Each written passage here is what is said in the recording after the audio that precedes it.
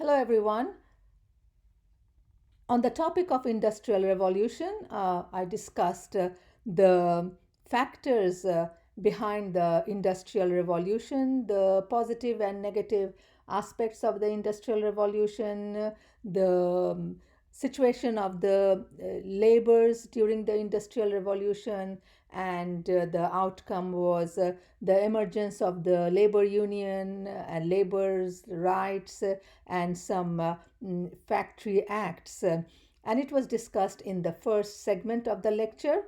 In the second segment of the lecture, I've discussed the positive aspects of the Industrial Revolution, how infrastructures were built due to the second industrial revolution that took place in Britain, the abundant supply of oil and steel during the second industrial revolution.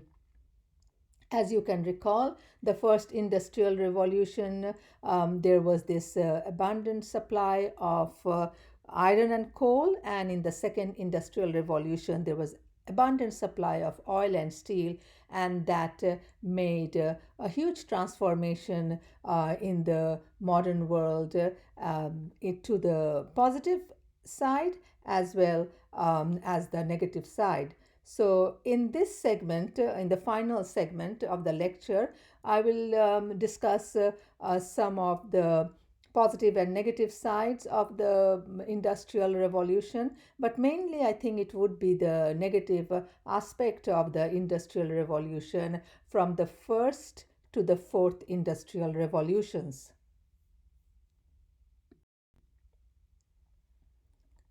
This image, as we all know, is the picture of the Eiffel Tower, a massive tower made of steel, and that is a pleasant reminder of the second industrial revolution. It is a huge tower, stands out in the entire Paris city in France. So it is really very pretty, and during the day stands out like this, and in the nighttime it has a reflection of different color lights. Say, for example, it would turn red, it would turn green, and it would turn blue throughout the night. I had the opportunity to stay in a hotel very close to the Eiffel Tower. So I've seen the Eiffel Tower during the daytime, so it just stands simple like that. But during the nighttime, I just didn't believe it is so beautiful. And at that time, I was, I think, in Paris in 2009 when the UNESCO they invited me to their event, so I could see the Eiffel Tower during the night time, because at the time my accommodation was very close to the Eiffel Tower. This is an image. We can say that it is a reminder of the first and second industrial revolution, because the this new building that was built in 2019, this architectural marvel in New York, it is built of non-corrosive metals. So then we can really relate to the first and second industrial revolution. But again, I think we can also relate to the fourth industrial revolution, because it is built in the ongoing fourth industrial revolution time. So this architectural piece is called the Vessel. It's a public structure and landmark in Hudson Yards in New York, and it is indeed a beautiful piece of architecture. But now we come to the negative aspect of the Industrial Revolution. The Industrial Revolution and its effect on the First World War. So, by the time the Industrial Revolution was really very successful, and the countries were also very confident that now that they have the weapons and arms and ammunition, so now they can launch a war. And so they were the countries, both the Allied and the Central Powers during the First World War. So the Allied powers included Britain, France, Russia, and United States at a later time. And the Allied powers were Austria-Hungary, the Ottoman Empire, and Germany. So all equipped with arms and ammunitions, submarine. Germany became the naval power, and its competitor was Britain. So all the equipments were there to lead a war, and that led to human casualties, and that's the direct impact or the negative impact of the first and second industrial revolution. So in this image we can see the industrial revolution's effect on First World War. So the industrial effects on First World War was that it was a time in the 18th and the 19th century during the Industrial Revolution where the rural societies in Europe and America became industrial and urban. During this period, transportation, communication, and banking all improved, along with factories, mass production, and machinery.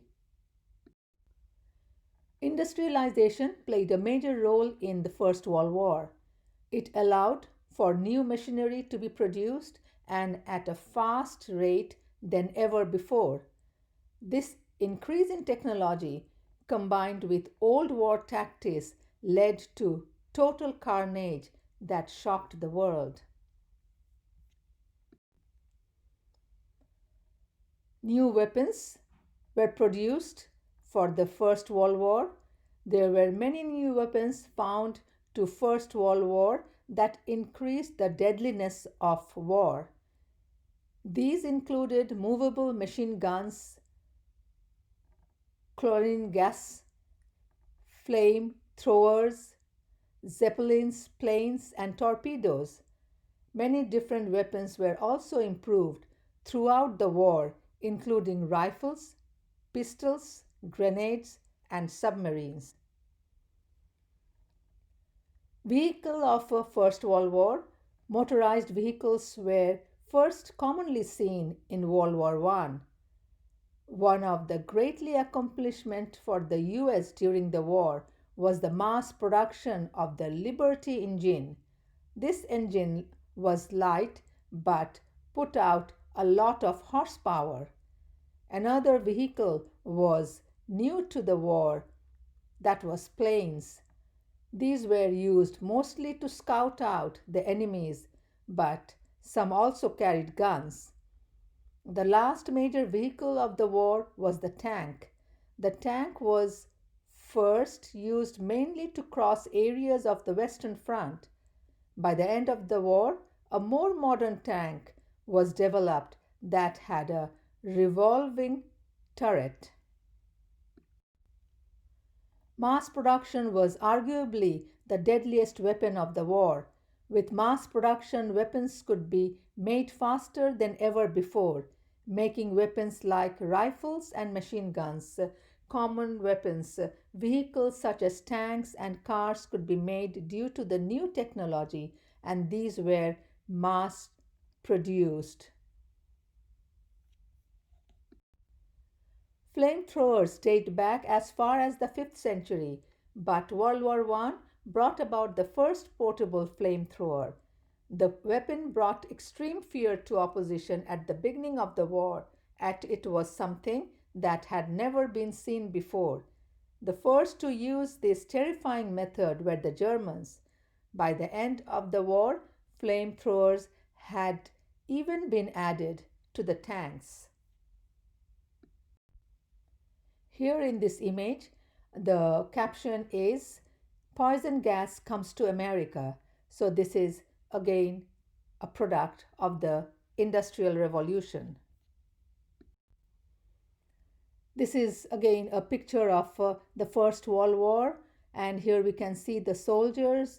They were moving through the poison gas, the deadly poison gas, and moving forward in the battlefield. This picture, this image shows that the soldiers are trying to get rid of the flames through their water pipes. Looks like a water pipe to extinguish the flames. So here in this slide, I will quickly go through the transition from the first industrial revolution to the current fourth industrial revolution.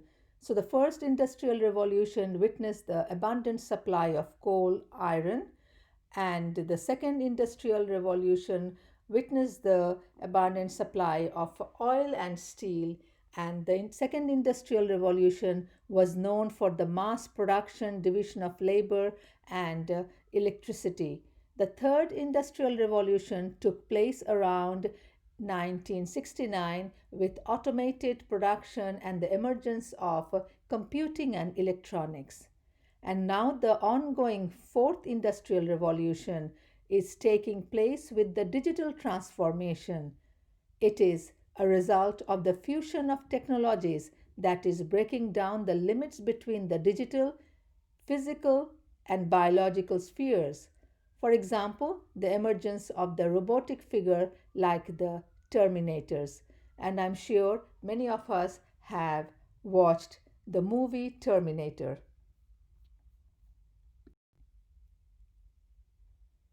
Now we come to the fourth industrial revolution, where drones are built and it is an automated piloted system. And I believe the drones operate without a pilot. So if the drone that is being operated by a country and targeted towards its enemy country, and since the drone is without a pilot, but the operation is done from the country where it directs the drone to the enemy country, and if the drone fails to attack the targeted terrorist areas or the enemy areas, it may accidentally target the civilians, and that can cause casualties.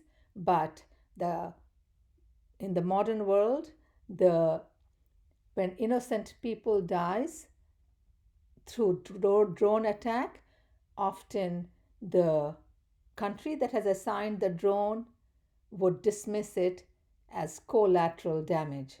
And this is the irony of the fourth industrial revolution. The robots would replace the labors in 2030 as observed by the news outlet BBC. So here we can see that the robots to replace up to 20 million factory jobs by 2030, and how we can see in this image how instead of factory workers, the robot is doing all the work to assemble a car in the car factory.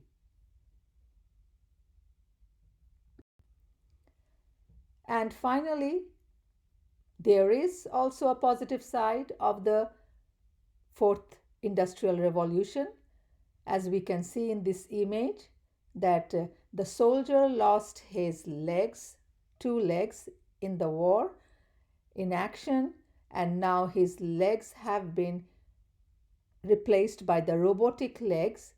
So it is again a advancement in science and technology. Thank you.